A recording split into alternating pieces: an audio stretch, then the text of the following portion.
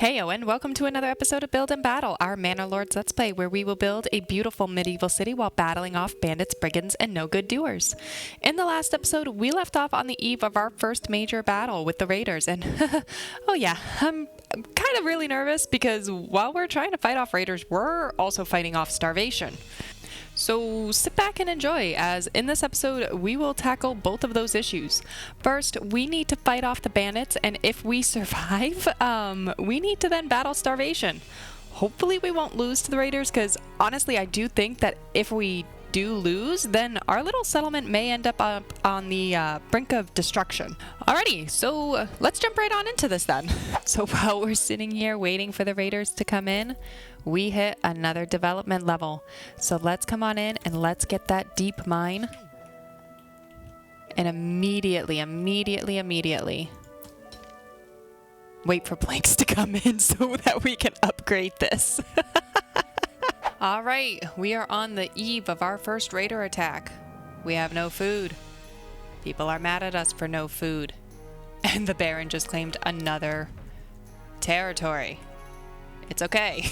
This is fine. But we do have the raiders coming in about a week's time, 7 days. So I just don't know where they're coming from. We have our army ready. I have them as central as I can, but they're gonna come in probably somewhere here. Oh yes, I know. You're hungry. I'm sorry. Just give me a moment. We've got raiders coming in, okay? I'll feed you later. All right, band of raiders. Enemy has been spotted. Of course they come in from the south. All right, let's take our people. And let's see where they're coming.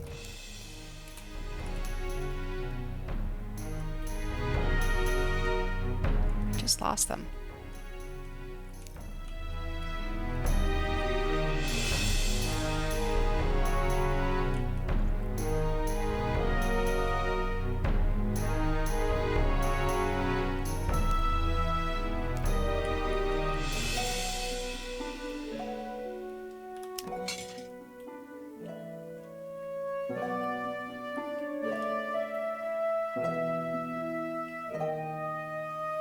There they are. All right, so they are right here.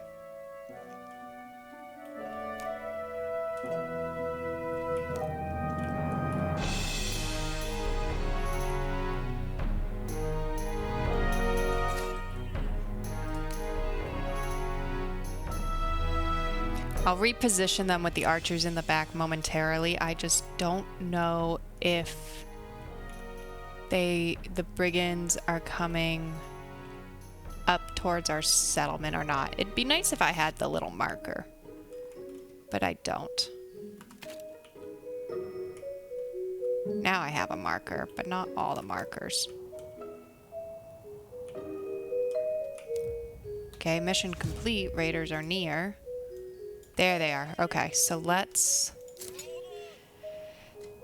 bring our archers back.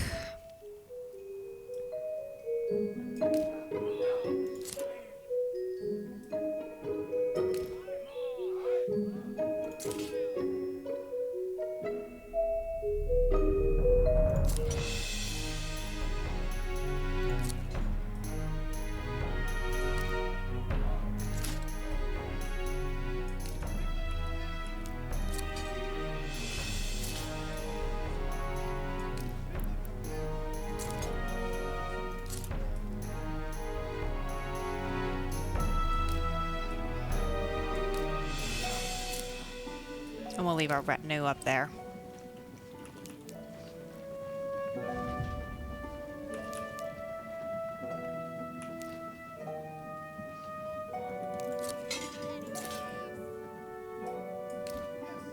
I don't want to fight you in the woods, so come down here.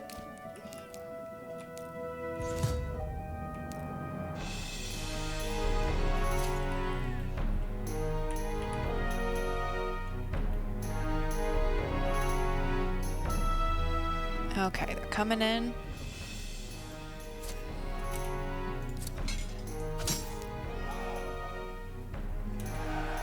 they're broken. That was fast.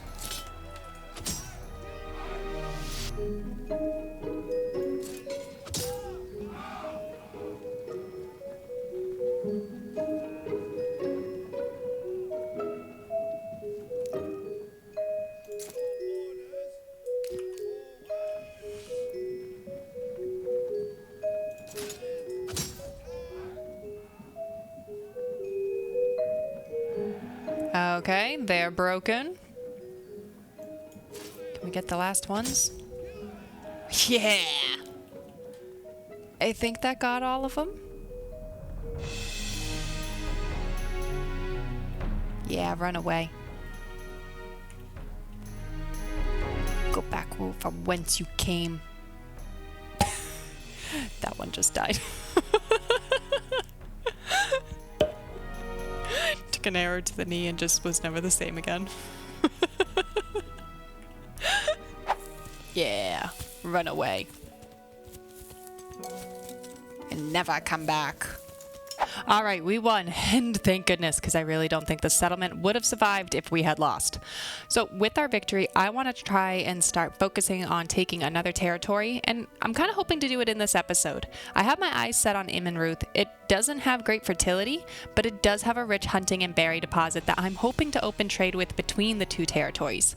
We don't have enough influence to claim the territory yet, so I'm keeping an eye out on notifications for bandit camps in hopes that if we defeat the bandit camps, we may be able to get some additional influence and claim this territory. So as we just mentioned, I do want to take another territory, but we also really need to focus on our starving people. So I'm hoping to hit a double with this one and increase our food exponentially so that we first will solve our starvation in our existing territory, and second, that we actually could implement a tithe to gain some influence. So let's start with some more farm fields on the remaining fertile ground that we have. And so far, I really do like the 1 family to 1 Morgan ratio. I think it's working out pretty well. So let's keep it to that. And let's just grab our farm field. We don't have too much green left. And this will rotate eventually to kind of help out here. But let's kind of come on up here and square off what we have left for maybe 1.2 Morgans. So we'll put 2 families on that field. And then let's also grab right here and just, again, try to square off what we have.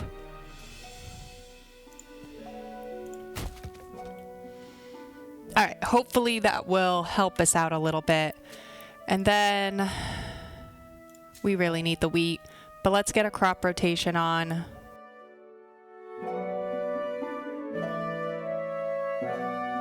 And then let's just check the other ones while we're here.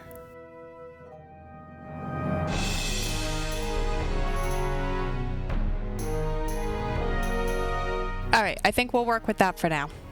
All right, and then we are also going to try and hit another double here. So for starters, we need more families. I want to cap out this farmhouse and workers. We also need some more workers for our berry deposit. And I think we can do this and solve starvation at the same time. I think if we increase our living space, because right now we have 28 and 28 families, so we're maxed here. So if we increase our living space and then add some more burgage plots, but maybe add some down here with a very large backyard, we can increase the amount of veggies that we're producing. We have a few, but not too many. And maybe actually we could even convert the ones up here to eggs since they don't really have large garden beds. But we can create larger garden beds down here to produce some more veggies, which will feed us, and then also increase the amount of workers that we have. So let's give it a try. And where I want to start is actually starting in our little main village. So I do want to make this a joiner's shop.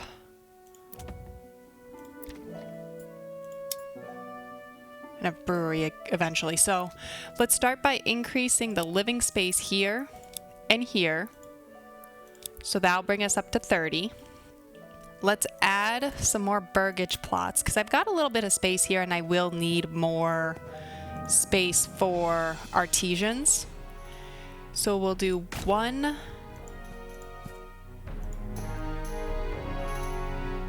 2, yeah, let's do a 3rd.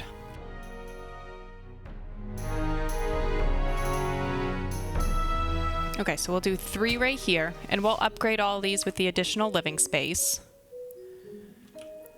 Let's also come on down with a road down here and sort of square off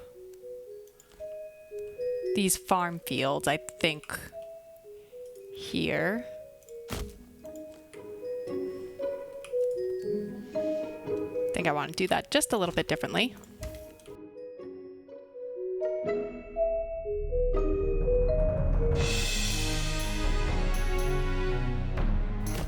Okay, so we'll put that in like that. And then let's actually put the farm, let's start some house farms down here.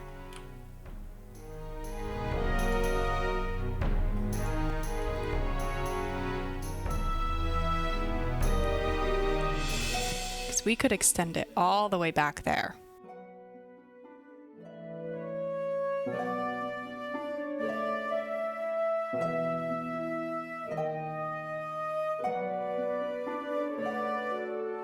Okay, we'll have to do it slowly, I guess, because I just don't have enough lumber just yet. And then this way I can really utilize some of that blank field space that we have in the background. So I find that about 2 little nodes. So if you see, we have a node here, going 1, 2 for a total of 3. Actually creates a very easy double plot with the expanded what's the word I'm looking for? The expansion right here. So we'll add 1. And how about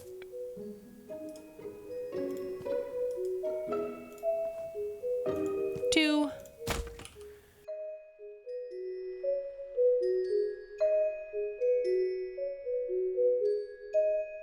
Okay, we'll have to stop there. All right, let's let that build up. While this is building, we will be multitasking, assigning families to probably the farmhouse and the forager's hut first, because I want to start foraging those berries as they're beginning to grow now that it's spring. And I need to be able... These first 2 fields probably aren't going to yield us anything great this season, but worth trying. Because I'm desperate.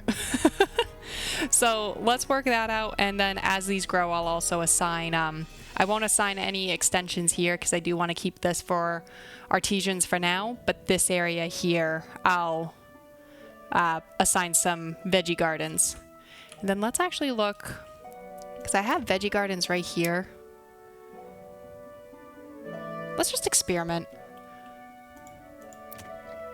If I demolish it, would I be able to put a chicken coop in right away? Could I just change the chicken coop? Okay, you know what? I'm not going to experiment because for now, I'm desperate for those veggies regardless. It's not a huge yield, but until we have some bigger garden beds of veggies up and running, I don't want to try risking this into a different type of plot. So we'll work with this for now. So yeah, enjoy.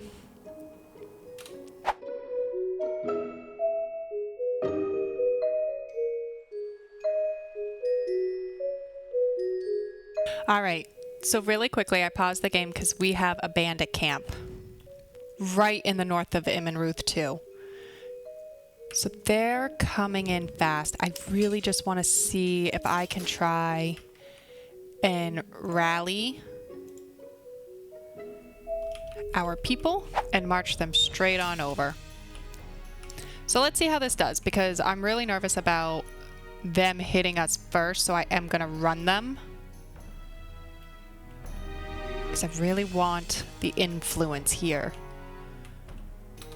Okay, you guys need to hold.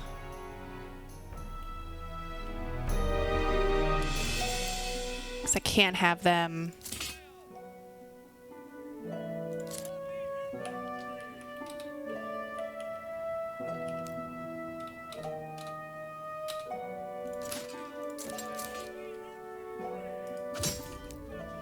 Alright, that's not ideal. I did not want the archers doing this.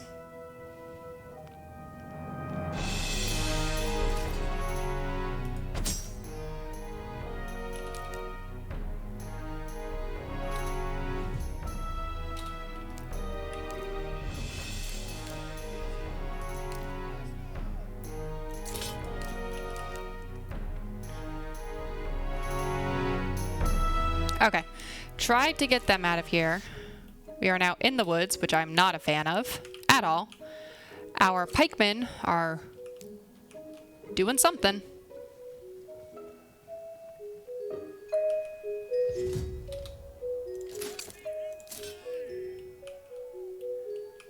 And now let's go try and take this bandit camp again. Now that we lost half our archers. That was not ideal. Okay. Okay, that was certainly not ideal. But let's go take the bandit camp. We have our 1.3 in influence now. So let's try and claim Immenruth. We're going to start by taking the spoils of war. I want to send it to our nearest town because we do need some regional wealth so that we can upgrade the burgage plots later on. And let's see how bad of a decision this ends up being. So let's press our claims and see what happens.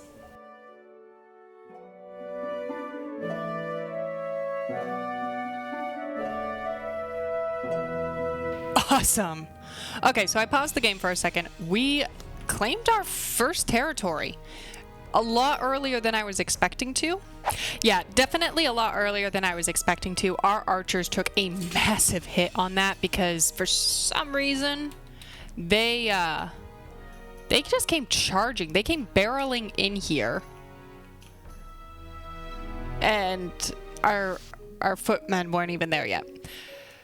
So that is incredibly unfortunate.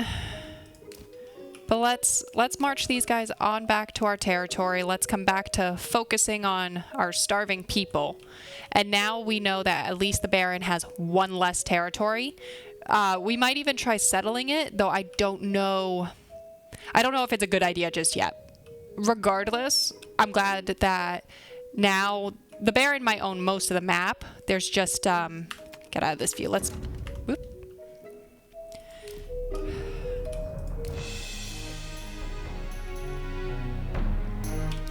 The Baron may own... There we go. Yeah, the Baron may own most of the map up here, but at least we've got this western section right here. Alright, so while those guys are marching home, our farm fields have begun to grow some crops. They're also tilling right there. We have lost a decent amount of people because the archers went barreling forward. Not a little upset by that or anything. But with them coming home, we also had a burgage plot upgrade. So that is now all set. We have the other one coming in. And yeah, we will kind of go back to taking care of our starvation.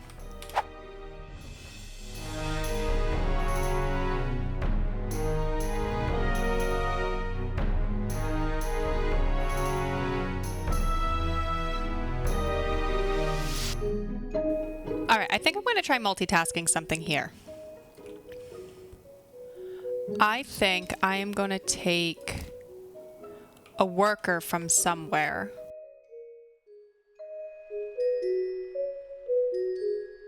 So what are these guys doing? Let's take a look. So they're all...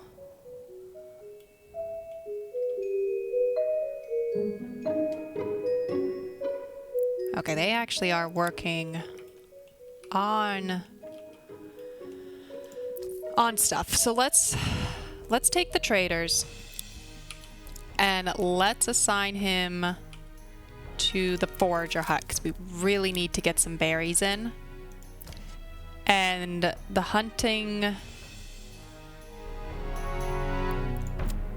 I'm going to do the same thing because right now we're at the cap and I don't want to go any lower than 10 wild animals or else it won't even replenish. So let's go crazy on that berry deposit and then I'll reassign back to that.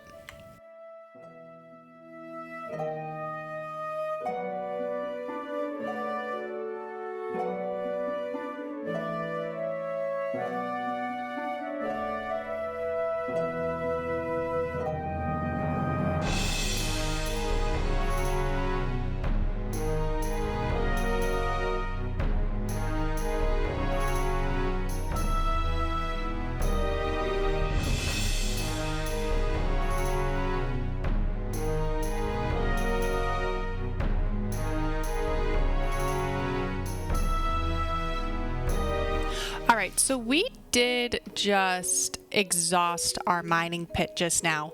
So I'm going to take advantage of the family and assign him over to the hunter's camp.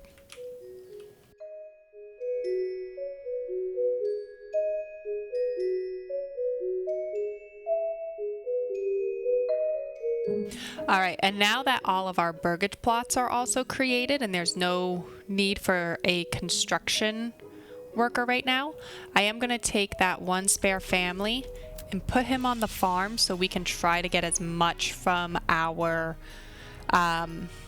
fields here as possible.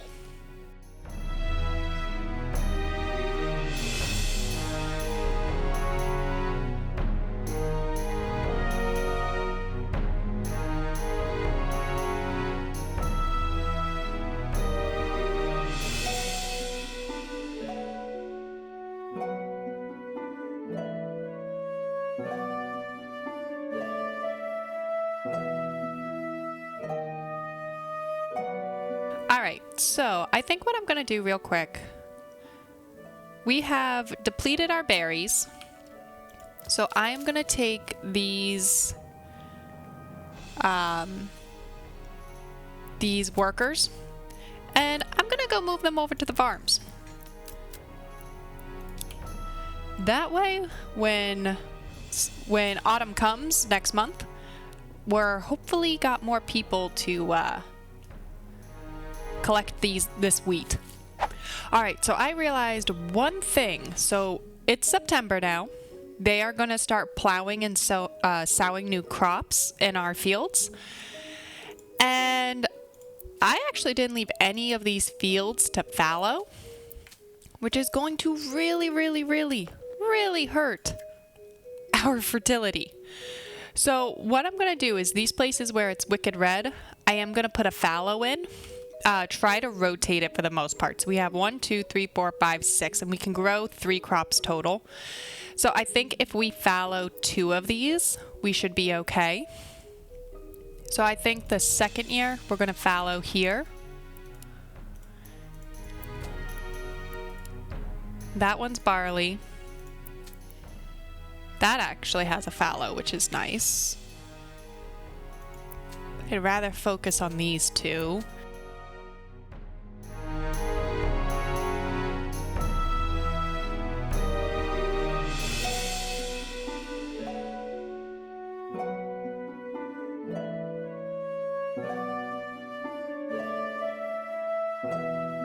Okay, that should work out for the most part there, but then that way we're rotating the crops a little bit and giving the ground a chance to become more fertile. It might be worth trying to move up this side development tree here because you have fertilization. So this allows to use a fallow field as a pasture, which rapidly restores lost fertility. So that could be worth it for the sheepies, especially if we get sheep breeding. So it's something to think about. We could also go down this route here. Forest management, double the capacity of our berry deposits. Create an apiary, which might be worth it because we're probably going to want beekeeping anyway at some point.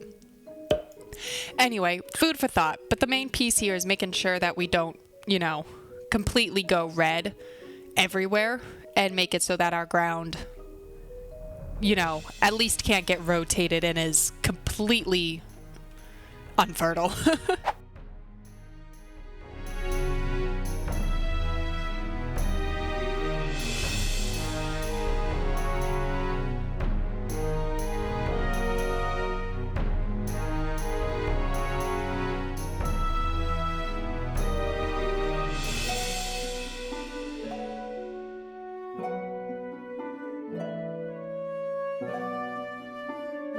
All right, so this year's harvest has just come in and we have 395 wheat, which I don't think is that bad, honestly. I think because of this, I do want to just queue up upgrading the granary. We have 500 slots right now, and I want to just make it so that in case we need it, it's upgraded. Now, we don't have any families right now to build it, so it's going to go into a queue alongside with a couple of other items queued up, like putting our last family here at the farmhouse, as well as two families over here at the forager's hut. I just queued these up that way while we are watching this very satisfying crop yield, I guess, for lack of a better term. As we were watching the farmers come and collect the crops here and plow the fields, I just wanted to have it queued that way while it was recording this beautiful, beautiful little time lapse. If anything did come in, if we gained any families, they would automatically get placed where they belonged. So yeah, I think queuing up wasn't too bad of an idea. All right, so before we finish off this episode, I want to come in to our manor and I want to adjust our taxes. I think right now we have a 5% land tax, which will be collected from the regional wealth and placed up into our treasury. And then we have nothing for our tithe. I don't really want to go beyond -4 because we finally just got our approval rating back up after that really rough winter. And we've got to be a little bit careful because really, technically, I really don't know if we're still going to make it through next winter or not with the food. We have a good amount of wheat, but I do need to start getting some influence. Eventually, we need to get this this territory here, or we need to be able to start taking it back from the Baron. And to do that, we need 2,000 influence for each one of these territories and 1,000 for the unclaimed. So I definitely want to start a passive income of influence on a tithe, but it's going to be really sticky. Like, it's going to be very interesting to see if we can work through the starvation and give a little influence here. So let's play with the number a little bit and see what we can get. So let's start with the land tax. Out of curiosity, if we were just at -4, if I go to 3, that brings us to -2. If I go to 3 on the tithe, that keeps us at -2. Interesting. So if I go up to 5 and 3, then our predicted approval loss stays exactly where it was. And then hopefully the tithe it'll take 3% of surplus food that is given to the church in return for influence. So hopefully we'll make it through the next winter. Okay, did our adjustments work? Will we survive the winter? Tune in next week, but before you go, if you enjoyed today's episode, please consider hitting the like button, and if you're new to the channel, please consider subscribing. We post a new Manor Lords video every Monday, 9 a.m. Eastern Time. So until then, I hope you have a phenomenal week.